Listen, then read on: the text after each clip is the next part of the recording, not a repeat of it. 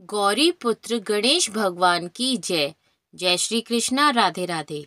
नमस्कार दोस्तों, आपके अपने YouTube चैनल एक्सप्लोरिंग देव स्थानम में आपका स्वागत है। कलश स्थापना या घट स्थापना नवरात्रि के पहले दिन शुभ मुहूर्त, सही समय और सही तरीके से करनी चाहिए। तो आइए जानते हैं कैसे करें कलश की स्थापना।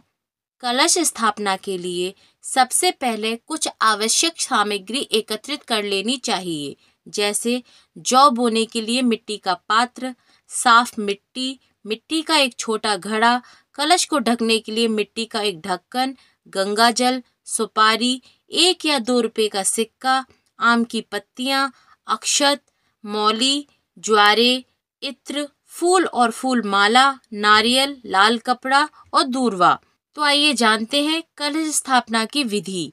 नवरात्रि में कलश स्थापना देवी देवताओं के आह्वान से पूर्व की जाती है। कलश स्थापना करने से पूर्व आपको कलश को तैयार करना होगा, जिसकी संपूर्ण विधि इस प्रकार है। सबसे पहले मिट्टी के बड़े पात्र में थोड़ी सी मिट्टी डालें और उसमें ज्वारे के बीज डाल दें। अब इस पात्र में दोबारा थोड़ी मिट्टी और डालें और बीज डालें। उसके बाद सारी मिट्टी पात्र में डाल दें और फिर बीज डालकर थोड़ा सा जल डालें। ध्यान रहे इन बीजों को पात्र में इस तरह से लगाएं कि उगने पर यह ऊपर की तरफ ही उगें, यानी बीजों को खड़ी अवस्था में लगाएं और ऊपर वाली लेयर में बीज अवश्य डालें। अब कलश और उस पात्र की गर्दन पर मौली बांध दें, साथ ही तिलक भी लगाएं और माँ दुर्गा का ध्यान अवश्य करें। इसके बाद कलश में गंगा जल भर दें। इस जल में सुपारी, इत्र, दूर्वा, अक्षत और सिक्का भी डाल दें। अब इस कलश के किनारों पर 5 अशोक के पत्ते रखें और कलश को ढक्कन से ढक दें। अब एक नारियल लें, उसे लाल कपड़े या लाल चुन्नी में लपेट लें। चुन्नी के साथ इसमें कुछ पैसे भी रख दें।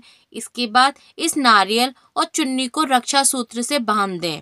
तीनों चीज़ों को तैयार करने के बाद सबसे पहले जमीन को अच्छे से साफ करके उस पर मिट्टी का जौ वाला पात्र रखें। उसके ऊपर मिट्टी का कलश रखें और फिर कलश के ढक्कन पर नारियल रख दें। आपकी कलश स्थापना संपूर्ण हो चुकी है। इसके बाद सभी देवी देवताओं का आह्वान करके विधिवत नवरात्रि का पूजन करें। इस कलश को आपको 9 दिनों तक मंदिर में ही रखे रहना होगा। बस ध्यान रखें, सुबह शाम आवश्यकता अनुसार इसमें पानी डालते रहें और माँ दुर्गा का ध्यान करते रहें।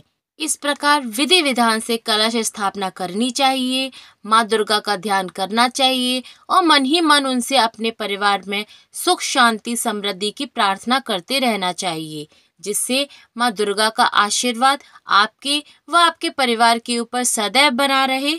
बोलिए दुर्गा माता की जय।